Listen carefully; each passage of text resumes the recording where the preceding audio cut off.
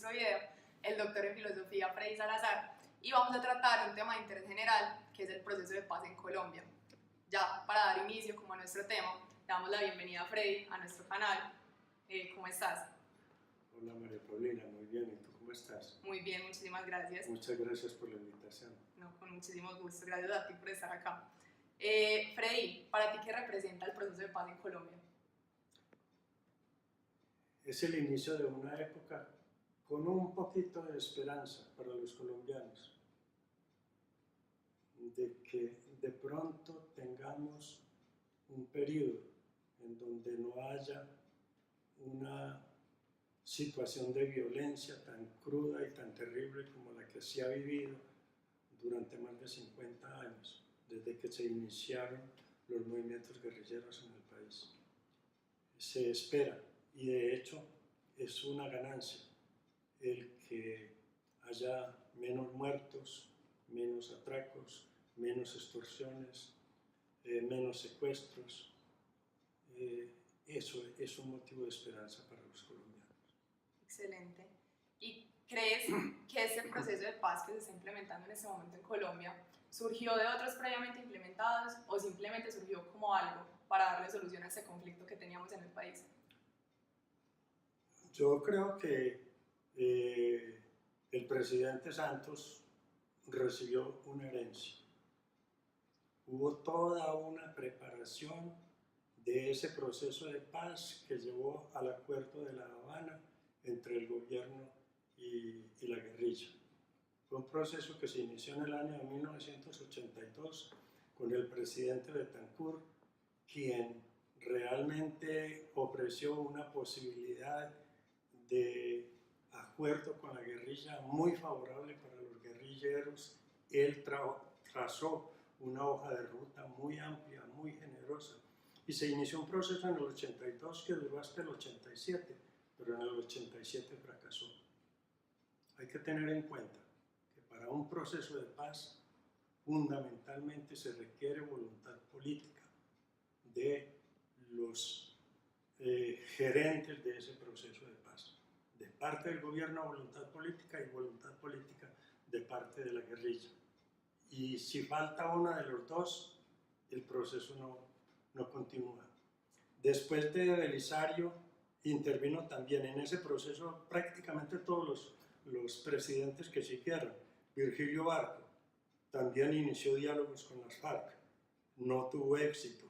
En el año 1998, en el 1991, César Gaviria inició también un proceso de paz con ellos, con conversaciones que se hicieron en México, en Tlaxcala, y que se hicieron también en Caracas.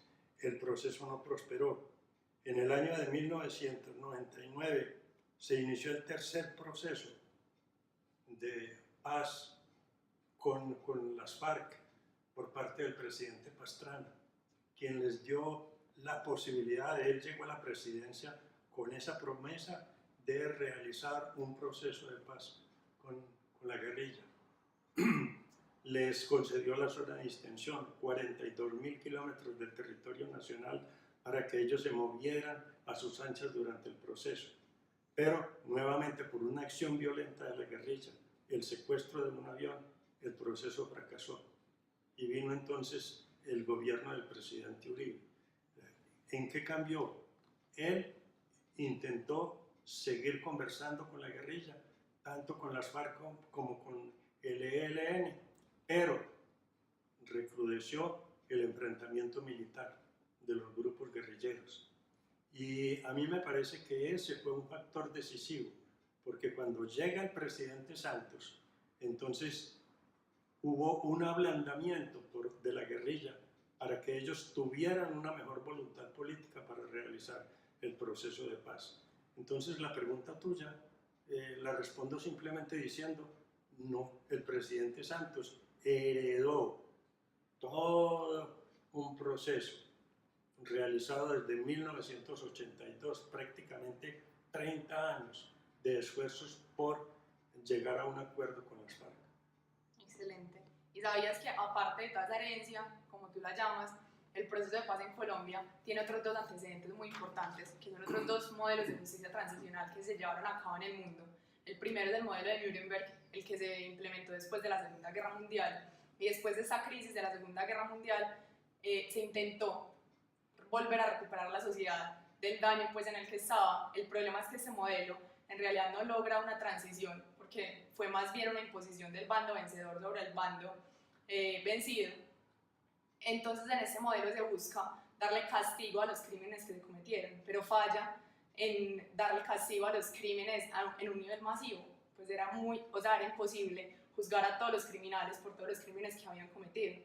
Después de ese modelo surge el modelo de Sudáfrica, que sale después del régimen del apartheid, y en ese modelo de Sudáfrica ya no se tiene esa concepción de justicia donde se debe castigar al criminal por lo que hizo, sino que más bien para dar una transición de la situación de conflicto en la que estaba, se busca entender la verdad, entender quiénes hicieron lo que hicieron, por qué hicieron lo que hicieron, y en cierta forma se sacrifica, como es la reparación a las víctimas, pues ya no se le da el castigo a los criminales que ellos buscaban, pues como por lo que habían sufrido en el conflicto, sino que simplemente se da la verdad. Entonces ahora el modelo de Colombia integra como las partes más importantes de estos dos modelos para lograr un modelo de justicia transicional donde se tienen en cuenta ambas cosas, el castigo, también se tiene la verdad, la retribución a las víctimas, y aparte en ese modelo de Colombia se busca la no repetición del conflicto.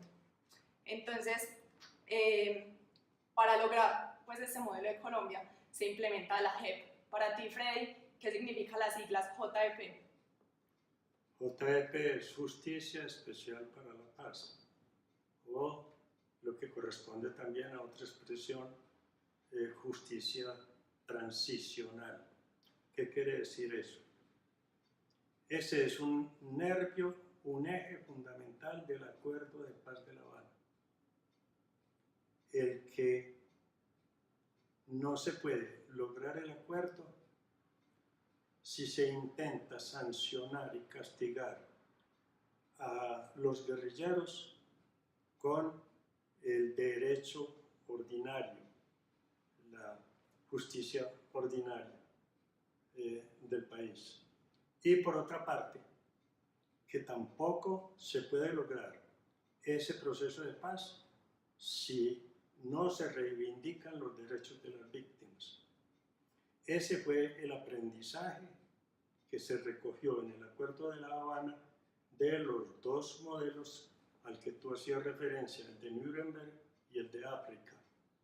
Por una parte, ni sancionar estrictamente con la ley ordinaria, ni por otra parte, dejar en la impunidad, de tal manera que no se reconozcan, dejar en la impunidad los delitos cometidos, de tal manera que no se reconozcan los derechos de las víctimas. Entonces sí, en el modelo adoptado por Colombia, con esa justicia especial para la paz, se recoge el aprendizaje de Nuremberg y de los africanos. Eso quiere decir que entonces va a tratar de sancionarse los delitos cometidos por la guerrilla, pero son unas sanciones, si se quieren, simbólicas, puesto que no corresponde a la gravedad de los hechos los castigos que se les imponen. Y en segundo lugar, que una de las condiciones para entrar en ese proceso de la justicia especial para la paz es que quienes cometieron delitos de lesa humanidad tienen que confesar sus crímenes. Entonces es una de las exigencias de verdad.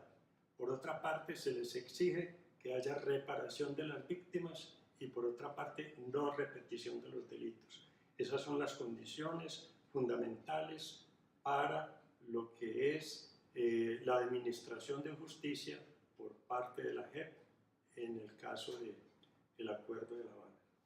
Bueno, muchísimas gracias, Freddy, por acompañarnos en el día de hoy. Nos vemos en el próximo video.